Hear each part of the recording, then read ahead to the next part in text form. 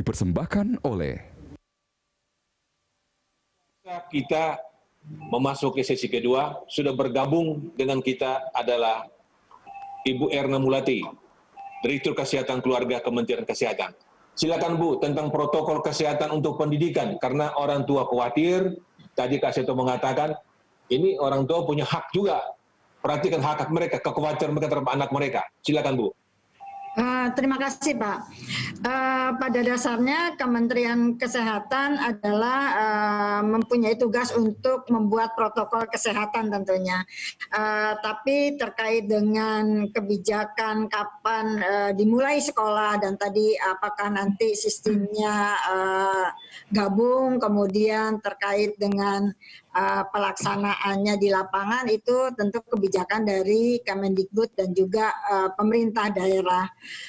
Memang isu yang disampaikan adalah kita di zona hijau, tapi betul-betul itu adalah daerah zona hijau. Tadi isunya adalah kalau nanti anak itu dari zona merah akan masuk ke zona hijau, tentunya nanti akan berpengaruh terhadap mempunyai kans untuk menularkan yang lain. Itulah yang nanti akan diatur di dalam protokol pelaksanaan pembelajaran di era pandemi atau menuju new normal ini, Pak. Kami menyadari betul ya bahwa yang paling penting adalah tadi sudah disampaikan juga keselamatan dari anak didik, kemudian keselamatan dari orang tua, keselamatan dari guru, dan juga tentunya tapi juga yang harus kita ingat betul adalah biar bagaimanapun proses pembelajaran itu, proses belajar mengajar itu tetap harus terjadi. Mungkin yang kita pikirkan sekarang saat ini adalah bagaimana proses belajar mengajar itu tetap terjadi, anak terlindungi, tapi juga untuk daerah-daerah yang tidak terakses untuk adanya akses internet, tidak ada akses mungkin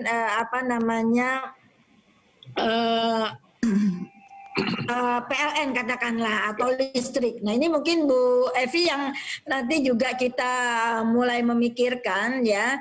Jadi metodologi pembelajaran ini tentunya dengan yang mudah akses untuk mendapatkan proses tadi dengan daring dan sebagainya.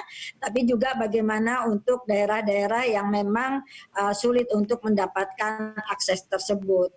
Tapi tetap sesuai dengan protokol kesehatan. Kami dalam proses Pak terkait dengan penyusunan protokol kesehatan di sekolah dan kami juga tentunya akan mendiskusikan dengan beberapa stakeholder terkait. Tapi sesuai dengan arahan tentunya nanti tetap keselamatan dari anak didik dan juga guru itu menjadi hal yang utama. Jadi mungkin itu Pak. Bu Erna.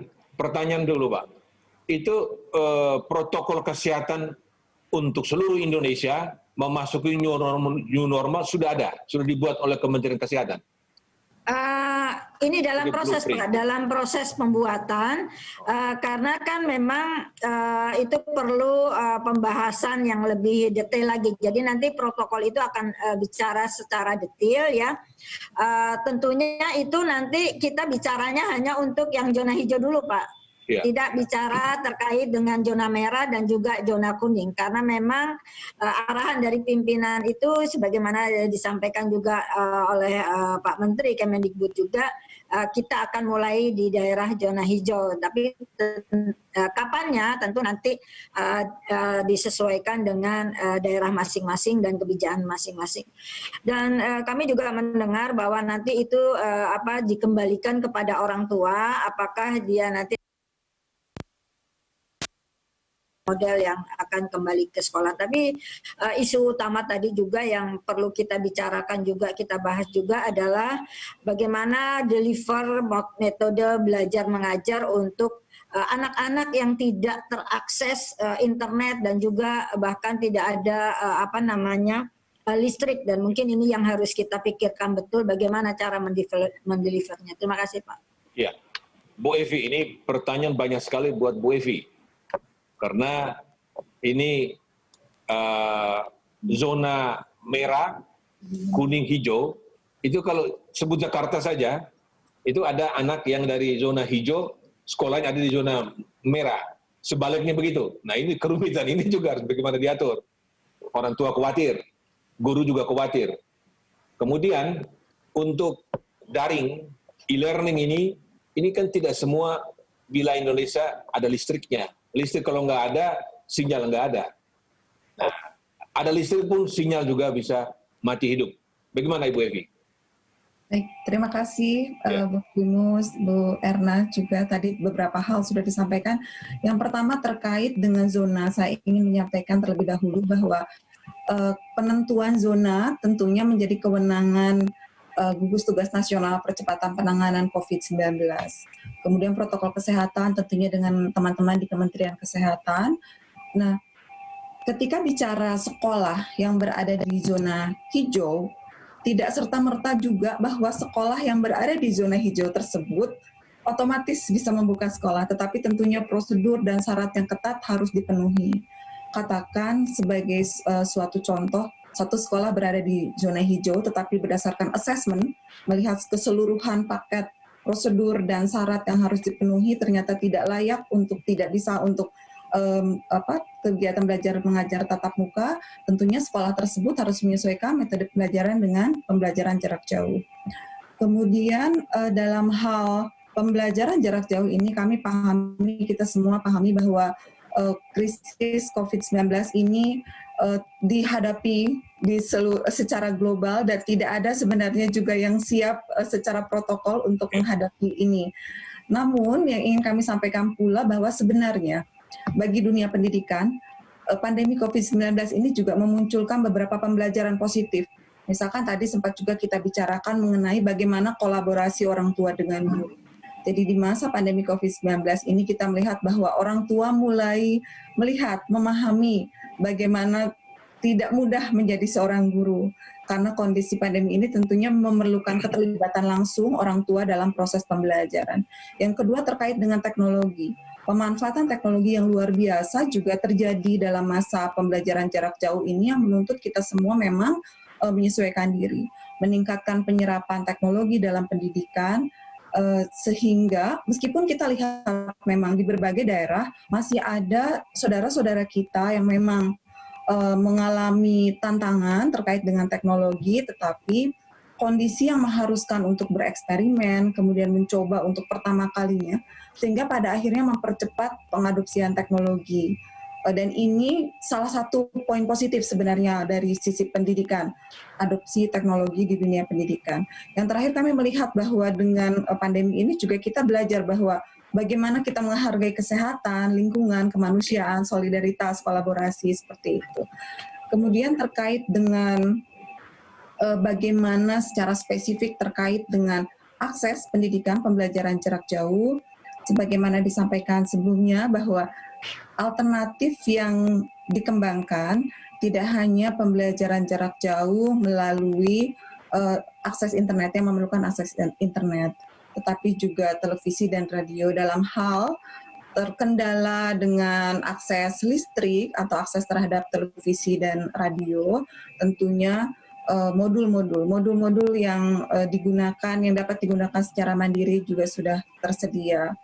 Door-to-door teachers juga merupakan salah satu alternatif yang disediakan.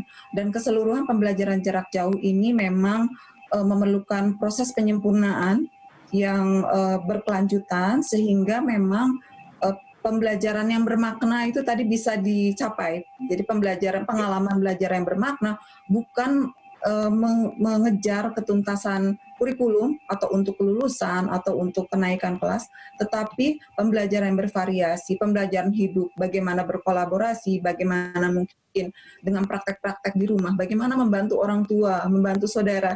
Dan dalam pembelajaran jarak jauh ini kita bisa lihat juga yang berkolaborasi tidak hanya guru, orang tua, dan siswa, tetapi juga siswa dengan saudaranya, dengan kakaknya, dengan adiknya. Nah, ini juga pembelajaran yang sebenarnya sangat baik di masa pandemi ini. Baik Bu Evi, saya ke Kak Seto. Kak Seto merespon semua pembicara tadi dan terutama bagaimana transformasi pendidikan cara belajar mengajar, proses pendidikan di sekolah mulai dari PAUD sampai perguruan tinggi berubah.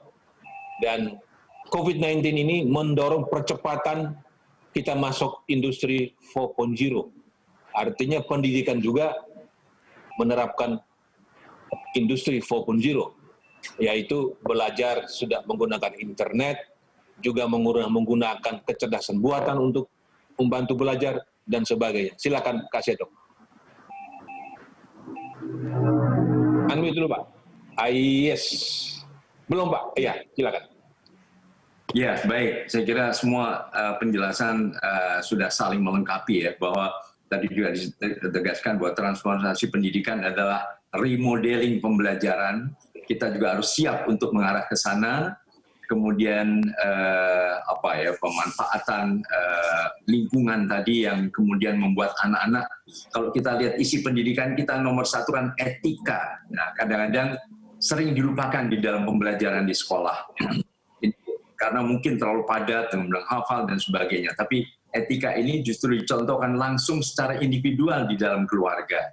Bagaimana juga menghormati orang tua, menghormati kalau ada asisten rumah tangga juga menghormati adik-adiknya, kemudian juga belajar bekerja sama, belajar tidak hanya mengedepankan egonya masing-masing, belajar membantu orang lain dan sebagainya, itu diterapkan dengan sangat nyata dan konkret.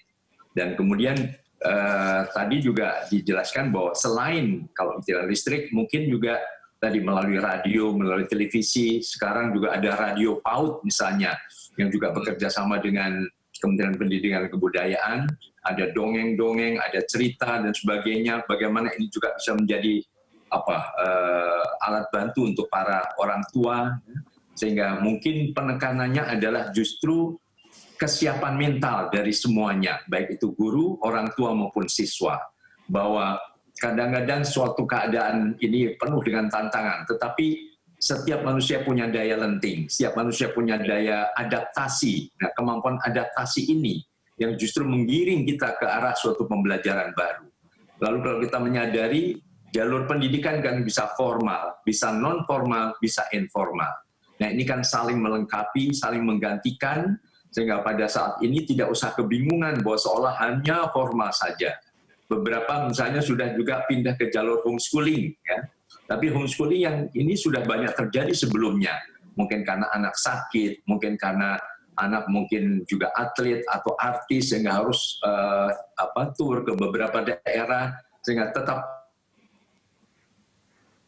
dengan tadi melalui teknologi-teknologi yang sudah berkembang ini. Jadi ini saya melihat ada unsur guru, ada unsur Kementerian Pendidikan, dan unsur Kementerian Kesehatan, saya kira sudah sangat melengkapi, sehingga mudah-mudahan masyarakat juga menjadi tenang kembali, karena sementara yang mengadu ke kami, ke Lembaga Perlindungan Anak Indonesia, sudah banyak yang protes, kadang-kadang tidak menyadari antara tahun ajaran baru dengan harus masuk sekolah. Setelah tahun ajaran baru mulai Juli, wah saya harus masuk sekolah dan sebagainya, nah, ada yang bikin surat sampai ribuan. Jadi ini mudah-mudahan menjadi suatu pencerahan bagi kita semuanya. Demikian Bang Primus. Khusus tentang PAUD, karena itu keahlian dan experience dari Kak Seto, untuk PAUD dan TK, itu sebaiknya mereka masuk sekolah ketemu face to face atau cukup lewat daring saja? Iya, juga di dalam yang sudah senior, kakek-kakek nenek, tapi juga justru yang usia dini juga rentan sekali. Nah, kita tahu bahwa anak-anak ini kan penelitian menunjukkan bahwa mereka perlu dalam sehari itu 3 jam bergerak, atau ibarat melangkah itu sekian ribu langkah, 3.010 langkah lah kira-kira begitu. Jadi kalau mereka harus diam terus, nggak bisa. Kalau pada waktu masuk, nah mereka lari-lari, mungkin selalu bersalaman dan berpegangan tangan, ini memang tidak mudah untuk dikendalikan. Sehingga orang tua saja kadang tidak mudah untuk dikendalikan, apalagi anak-anak kecil ini. Sangat riskan terhadap kemungkinan terpaparnya virus corona ini kalau memang tidak mudah dijaga. Apalagi seorang guru PAUD ini mengatasi berapa murid sekaligus ya.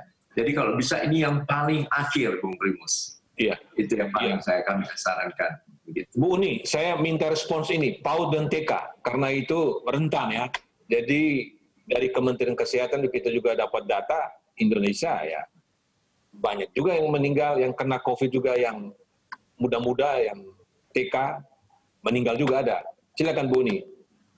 Ya, saya ingin memberikan respon PAUD dan selanjutnya karena ini saya akan manfaatkan kesempatan ini untuk mensupport Bu Evi dan bagaimana, bukan Bu Evi-nya tapi Kemdikbudnya ya Mbak. Nah, jadi pertama kalau PAUD TK itu memang sangat perlu di rumah. Ini perlu ada panduan bekerja sama dengan orang tua. Nah, kita udah tahu persis, Ibu Erna juga sudah pasti sangat peduli, dan kemarin dari Ikatan Dokter Anak Indonesia itu disebutkan bahkan yang balita yang kena itu banyak juga gitu, dan yang sampai meninggal. Jadi mereka adalah generasi emasnya Indonesia gitu. Jadi betul-betul harus dilindungi. Saya kira Kaseto dengan di LPAI dengan kawan-kawan itu pasti sudah menyiapkan, memberikan support bagaimana sebenarnya pembelajaran di rumah yang menyenangkan. Zaman dahulu waktu saya berangkat dari kampung saya, kita belum belajar TK. Jadi belum, karena nggak ada TK di kampung. Sekarang Indonesia itu sudah banyak sekali PAUD. Tapi salah satu ahli itu mengatakan PAUD ini banyak, tetapi memerlukan yang justru memahami ya Kak Seto ya, memahami bagaimana perkembangan peserta didik anak-anak, memahami usia yang emas itu harus seperti apa, bahwa dia bukan belajar. Jadi ini kesempatan interaksi di rumah yang luar biasa, yang penting ada panduan. Itu biar Kak Seto nanti yang akan mengelaborasi detail. Itu yang pertama. Yang kedua, justru saya ingin menggunakan kesempatan ini untuk mengingatkan semua pihak bahwa pendidikan itu sudah didesentralisasi. Sudah absolutely didesentralisasi praktek pendidikan. Jadi provinsi, kabupaten, kota benar-benar harus diajak bicara. Kalau kita ingin memperkecil disparitas mutu. Karena apa? Karena ketika tadi Kementerian Pendidikan mempunyai sebuah agenda besar, ya, yang saya kira bagus, tetapi bagaimana implementasinya? Nah, inilah pentingnya untuk berbicara dan mempunyai guideline besar, kemudian daerah mengembangkan masing-masing, dan yang paling penting ketika kita berbicara tentang norma baru, cara baru pembelajaran pasca pandemi ini, post pandemi ini, adalah sebenarnya bagaimana pemerintah daerah menyiapkan infrastruktur, bagaimana menyiapkan pendanaan, karena ini sangat penting dengan pelaksanaan nanti. Kalau diserahkan ke daerah, sepenuhnya diserahkan tanpa guideline yang jelas bagaimana pendanaan ini bisa direalokasi untuk ini sangat berbahaya, ya. Karena kalau kita misalnya kita punya kemerdekaan di dalam BOS. BOS itu bantuan operasional sekolah. Itu nggak cukup buat bantuan, ya, bukan compulsory. Kalau di luar di compulsory semua sekolah itu kan disediakan oleh negara. Sekarang kita bantuan, lalu diadakan lagi untuk COVID, karena yang paling penting dari semua yang ada di sini kita ingin mengatakan keselamatan dan keamanan. Itu memerlukan biaya. Itu satu. Kedua, saya ingin memberi support juga kepada Bu Evi Kementerian bahwa bagaimana caranya bukan sekedar protokol kesehatan. Protokol kesehatan itu di atas kertas. Coba aja lihat yang dewasa-dewasa aja susah sekali mengikuti. Tapi bagaimana protokol kesehatan menjadi sebuah kesadaran, menjadi pemahaman bagi semua pihak, sehingga oh kalau aku tidak cuci tangan itu bahaya buatku, bukan kamu cuci tangan ya, kamu cuci tangan, no, bukan itu. Tapi kesadaran itu memerlukan cara yang lebih dalam sehingga kita selamat. Ketiga, apakah kita mau gunakan post pandemi ini sebagai cara kita untuk melompat apa enggak? Sebab Kementerian Pendidikan sudah punya roadmap, literasi, numeracy yang baik, itu sangat bagus. Masalahnya adalah transformasi remodeling itu belum sampai ke sana. Jadi basic literacy yang harus disiapkan untuk guru, untuk anak-anak itu perlu disiapkan dalam kurikulum masa pandemi ini. Jadi ini adalah rekomendasi pikiran-pikiran PGRI ingin mensupport kementerian, ingin mensupport daerah, ingin mensupport bagaimana supaya post pandemi ini tidak menjadikan Indonesia makin terpuruk, tapi Indonesia melompat. Gitu. Terima kasih. Baik, terima kasih Bu. Ini makin menarik karena banyak sekali pertanyaan perlu dijawab. Ternyata desentralisasi ini bukan cuma kekuasaan mengelola dana APBN ke daerah, dana transfer, tapi juga pendidikan ya. Jadi banyak sekali. Nah ini kita akan diskusi setelah jeda berikut. Pemirsa jangan kemana-mana karena kita masuk ke sesi terakhir. Kita akan mendengarkan kesimpulan dari narasumber kita. Kami segera kembali.